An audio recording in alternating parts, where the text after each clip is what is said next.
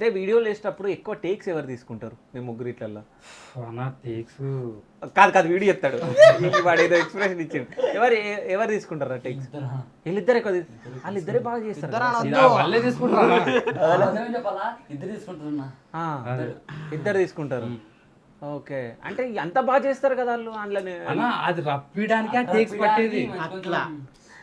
Okay, so అంటే వీడు చెప్తాడా బాగాలేదని నువ్వు చెక్ చేస్తావా? ఇద్దరు చూసుకుంటారు అప్పుడే షార్ట్ కరెక్ట్ వచ్చిందో లేదా అని. ఓ మాట చెప్పటం బాగా లాగు ఇంకా రావాలా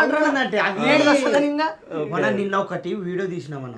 ఒక వీడియో తీస్తే అది కొద్దిగా కన్నీళ్ళు కాల్సి ఒకటి ఎమోషనల్ కావాలని నేను ఫస్ట్ సారి బాగా మంచి ఫ్రస్ట్రేషన్ బాగా చెప్పిన అది డైలాగు లేదు ఇంకా లోపల నుంచి రావాలి, లోపలికి కావాలి, ఇంకా ఫీల్ కావాలి.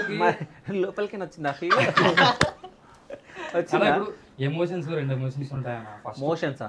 ఎమోషన్స్ అన్న. ఇప్పుడు ఫస్ట్ ఒక తండ్రి, ఇప్పుడు కొడుకు మీద తండ్రి ఒక ఫ్రస్ట్రేట్ అయ్యేది ఒకటి ఉంటది. తర్వాత కొడుకు ఒక మాట అనేసరికి ఇంకా ఆ మాటకి కన్నీళ్ళు వచ్చి ఆ మాటతో ఒక మాట చెప్తాడు అన్నమాట. అంటే ఒక వర్డ్ చెప్తాడు అన్నమాట. అది రావట్లేదు, జస్ట్ పైన చెప్తే ఏం బాగుంటుంది చెప్పండి. అంటే మనకి ఇప్పుడు కొత్త స్టార్ట్ యాక్టర్ అంటే తేడా తెలియాలి కదా. అందుకే అది రావాలి అంటే ఎవరెవరికి తేడా తెలియాలి? యాక్టర్ కి నార్మల్ పర్సన్స్ కి తేడా తెలియాలి. అందుకనే ఇంకా రావాలి అని చెప్పేసి అది రాలేదనా అంటే సాయంత్రం అయింది మొత్తం. అది ఇంకొక 2 డైలాగ్స్ కి సాయంత్రం వరకు చేసినాం. సరే